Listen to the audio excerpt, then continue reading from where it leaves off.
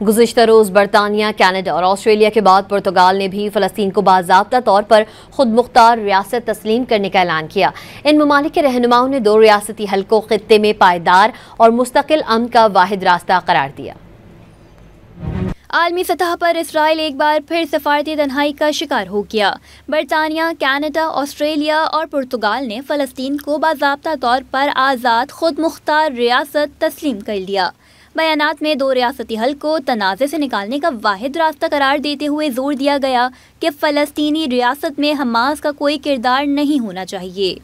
So today, to revive the hope of peace and a two-state solution, I state clearly, as Prime Minister of this great country, that the United Kingdom formally recognizes the state of Palestine. ادھر Hamas نے مغربی ممالک کی جانب سے فلسطین کو باضابطہ آزاد ریاست تسلیم کرنے کے اعلان کا خیر مقدم کیا ہے۔